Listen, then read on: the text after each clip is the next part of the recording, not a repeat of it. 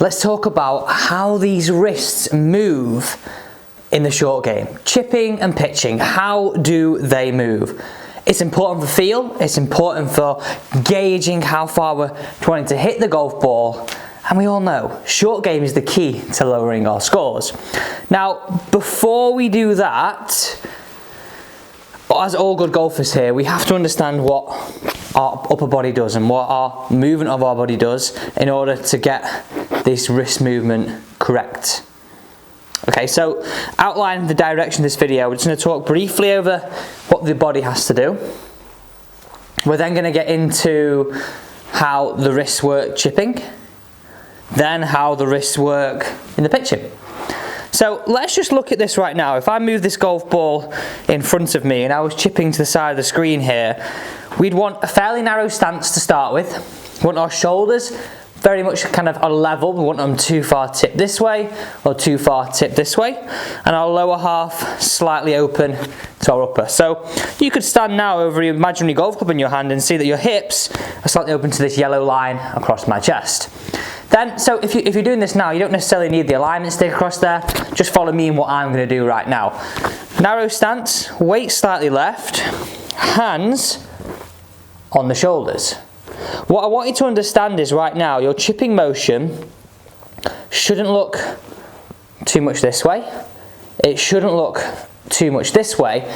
This is when we're going to have problems in ground contact and having to use these wrists in the wrong way.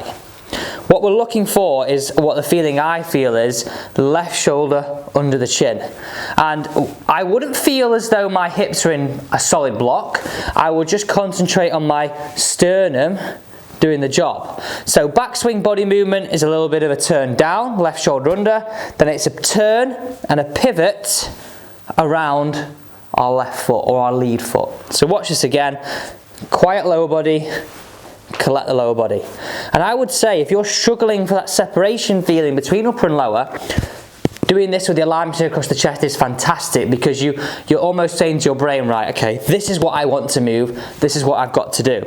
So first and foremost, just understanding this is the motion we want, not this, and not this. So once we've cleared that up now, we can move into the next part of this, and carefully, if you put that over your head, take that off, don't cause yourself any damage.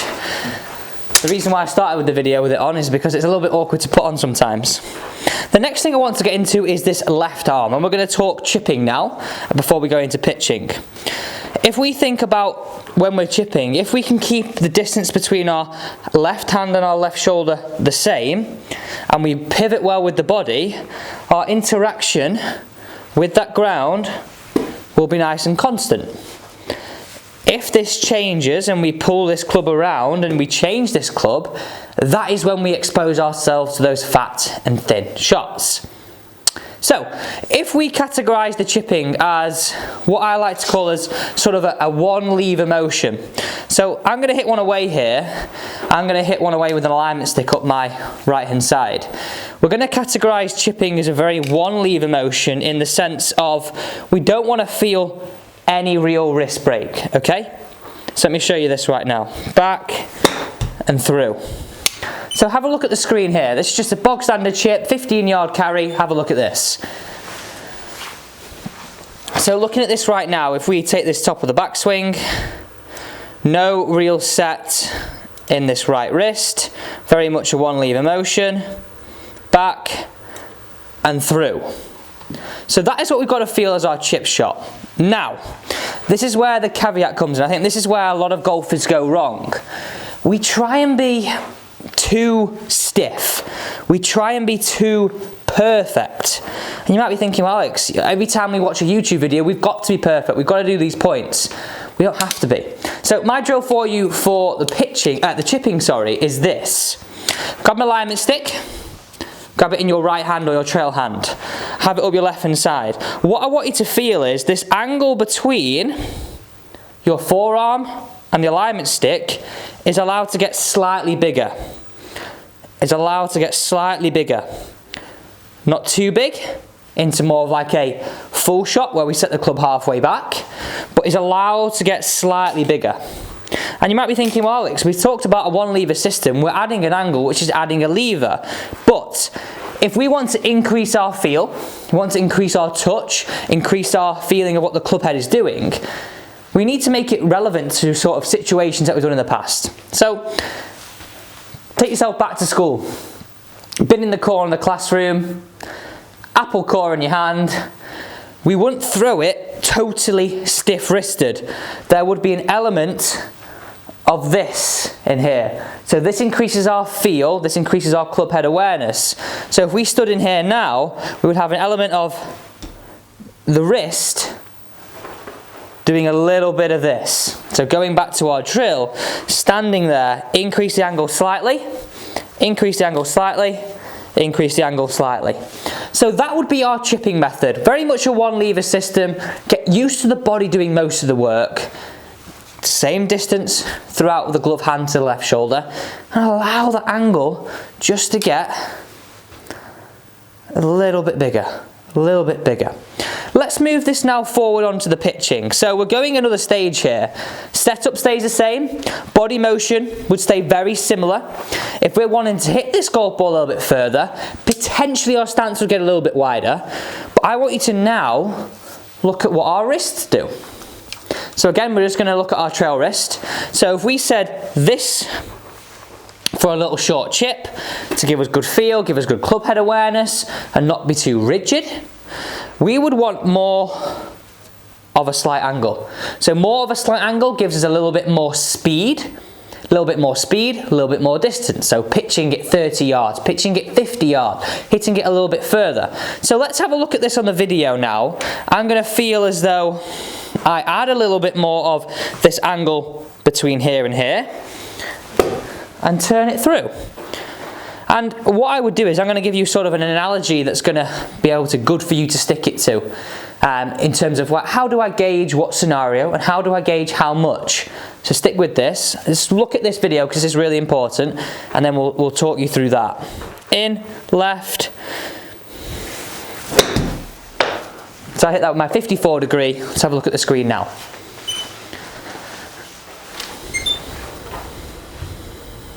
So if we compare that to the previous shot,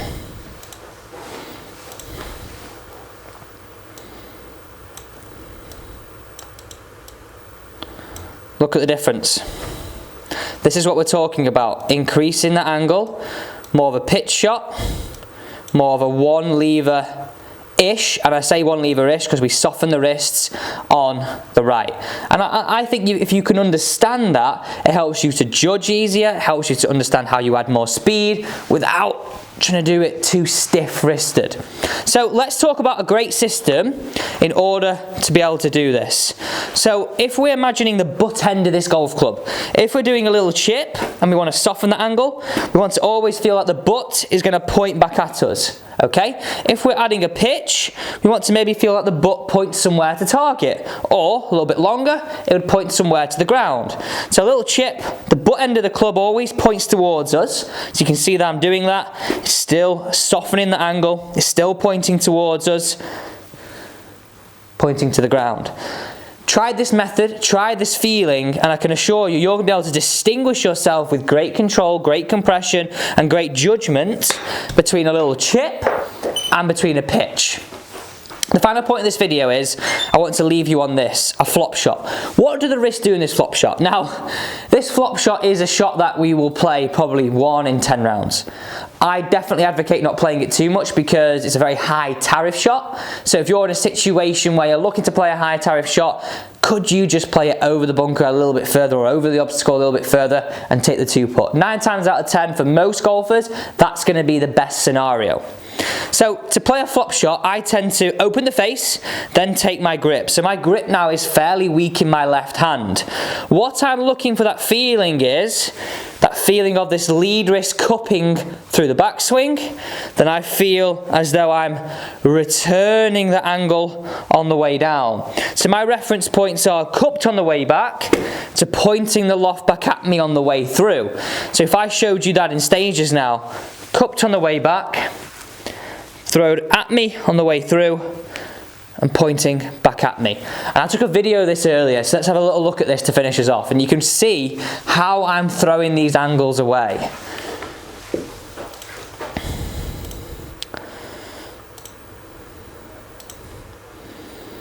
So look at this right now, really cupped.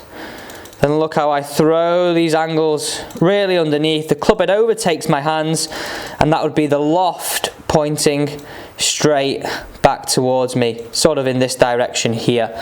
So a simple way for you to understand how to move the wrists in the golf swing, 100% between chipping, pitching, and now the flop shot. Thank you so much for joining me. I hope you enjoyed this video, and if you did like this video, please hit that subscribe button to join this team.